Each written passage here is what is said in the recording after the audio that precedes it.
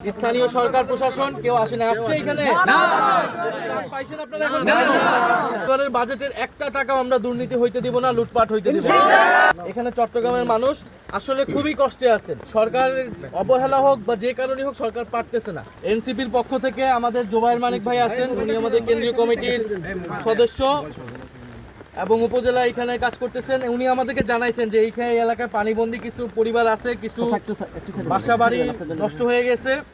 তো এইখানে আমরা দেখলাম যে দীর্ঘ ৫-৭ দিন ধরে এইখানে কয়েকশো পরিবার এখানে পানিবন্দী আছে এবং স্থানীয় এমপি বলেন, স্থানীয় সরকার প্রশাসন কেউ আসে না, আসছে এখানে পাইছেন আপনারা? এখন আর নাই।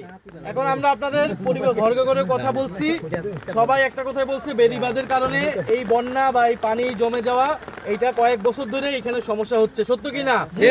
এখানে বেড়িবাঁধের জন্য কয়েক লক্ষ কোটি টাকা বাজেটে রাখা হয়েছে। আওয়ামী লীগ সরকারের সময় এটা লুটপাট করা হয়েছে এবং এইবারের বাজেটও রাখা হয়েছে।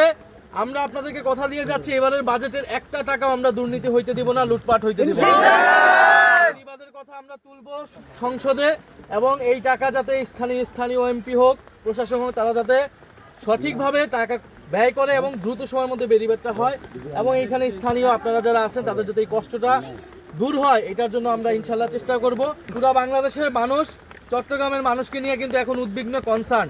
সবাই আপনাদের নিয়ে চিন্তা করতেছে, আপনাদেরকে নিয়ে ভাবতেছে এবং যার যার জায়গা থেকে আমরা আজকে সারা দেশের মানুষের কাছে আমরা আহ্বান জানাচ্ছি, আপনারা আপনাদের সক্ষমতা অনুযায়ী, ছাত্র ভাই বোনেরা যারা আছেন, যাদের সক্ষমতা আছেন, আপনারা নিজ দায়িত্বে আসুন বা সহযোগিতা করুন। এখানে চট্টগ্রামের মানুষ আসলে খুবই কষ্টে আছেন, তারা দীর্ঘ সময় ধরে এখানে পানিবন্দী আছেন। সরকারের অবহেলা হোক বা যে কারণে হোক, সরকার পারতেছে না। এখন দোষ দিয়ে লাভ নাই, মূল জিনিস হচ্ছে মানুষ কষ্ট পাচ্ছে।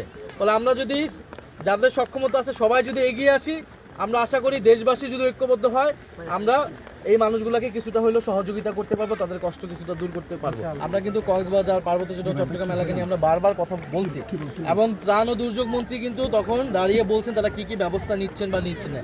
পরবর্তীতে আমরা কিন্তু নিজেই দেখতে পাচ্ছি, নিউজে দেখতে পাচ্ছি, প্রধানমন্ত্রী নিজেই নাখোশ, তার দলের নেতাকর্মী এবং স্থানীয় প্রশাসন কাজ করতেছে না।